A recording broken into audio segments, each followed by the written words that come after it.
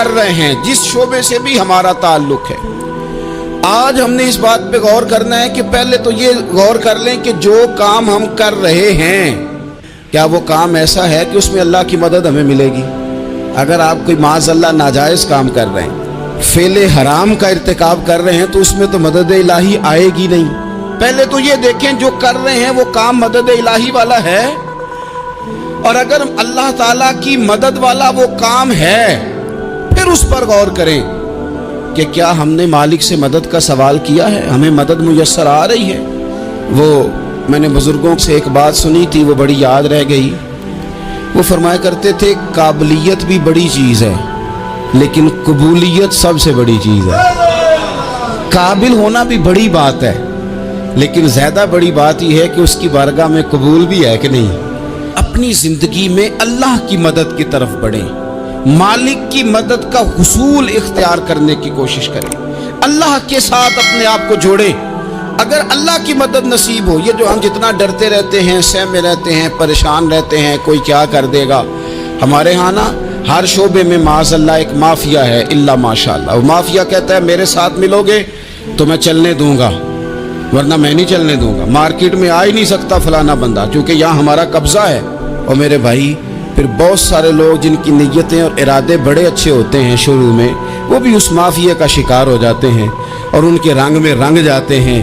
یاد رکھنا، کسی شخص کی بلیک میلنگ کا کبھی شکار نہ ہونا، کبھی کسی کی میٹھی اور مسجع مکفہ باتوں کا شکار نہ ہونا۔ کوئی کیا کر سکتا ہے اگر اللہ مددگار ہو تو؟ جس کو رب کریم اٹھانا چاہے اسے کوئی گرا سکتا ہے؟ ہم یہ ڈرے ڈرے سہمے پریشان فیصلہ کرنے کی طاقت نہیں، مجھے چلنا چاہیے کہ نہیں، اٹھنا چاہیے کہ نہیں، کرنا چاہیے، اٹھ باندھ کمر کیوں ڈرتا ہے؟ پھر دیکھ خدا کیا کرتا ہے۔ حضرت عبداللہ ابن عباس فرماتے ہیں میرے نبی پاک علیہ السلام نے میری تربیت فرمائی، حضور نے میری تربیت فرمائی، اور محبوب پاک علیہ السلام نے فرمایا عبداللہ یاد رکھنا، یہ نوجوان دوست میری بات لکھ لیں، پریشان لوگ میری بات لکھ لیں، جن کے پاس قوت فیصلہ نہیں وہ اس بات کو لکھ لیں۔ حضرت عبداللہ ابن عباس فرماتے ہیں میرے نبی پاک علیہ السلام نے مجھ سے فرمایا تھا عبداللہ سن، اگر ساری دنیا مل کے تیرا کوئی نفع کرنا چاہے کر نہیں سکتی جب تک میرے رب کی رضا نہ ہو، اور فرمایا ساری دنیا مل کے تیرا کچھ بگاڑنا چاہے تو عبداللہ بگاڑ نہیں سکتی جب تک رب کریم کی حکمت کا تقاضا نہ ہو۔ لوگوں سے ڈرنا، لوگوں کی طرف دیکھنا، ماحول دیکھ کے اپنے راہ کا تعین کرنا، ہر بندے کے خیالات کے مطابق ڈھلنے کی کوشش کرنا، فلانا نہ ناراض ہو جائے، فلانا نہ ناراض ہو جائے، وہ جس نے ہونا ہو جائے، بس رب رسول ناراض نہ ہو۔ اپنی زندگی میں اپنے مالک کو مولا جان کے، بل اللہ مولاکم، اللہ تمہارا مولا ہے، وَهُوَ خَيْرُ النَّاصِرِينَ، وہ بہترین مددگار ہے۔ توجہ جب بھی کریں رب کی جانب کریں، اپنے دل کا قبلہ درست رکھیں، سوچوں کے زاویے سیدھے رکھیں۔ میرے بھائی مالک جب بندوبست کر دے نا، جب مالک بندوبست کرتے پھر ایسا بندوبست کرتا ہے کہ لوگوں کے پاس نا چارہ نہیں رہتا۔ حضرت مریم رضی اللہ تعالی عنہا پاک باز تھیں، مسجد میں رہی تھیں، پر مالک کی حکمت کے تقاضے بڑے عجیب ہیں نا۔ پھر جناب مریم کو اللہ تعالیٰ نے بغیر شوہر کی اولاد عطا کر دی۔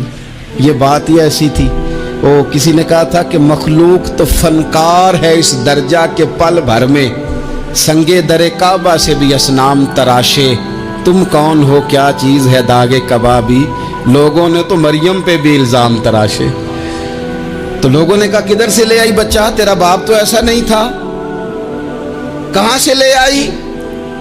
اللہ کرے میں آپ کو سمجھا سکوں، ذرا اپنے آپ کو وہاں کھڑا کریں کہ ایک پاک باز عورت، پاک باپ کی بیٹی، طیب ماں کی بیٹی، اور اللہ کے گھر میں پرورش پانے والی خاتون، ایک وہ وقت اور ایک یہ وقت کہ اس عورت کو کٹہرے میں کھڑا کر کے پوچھا جا رہا ہے کہ معاذ اللہ تیری گود میں بچہ جائز نہیں ہے، کہاں سے لائی ہے؟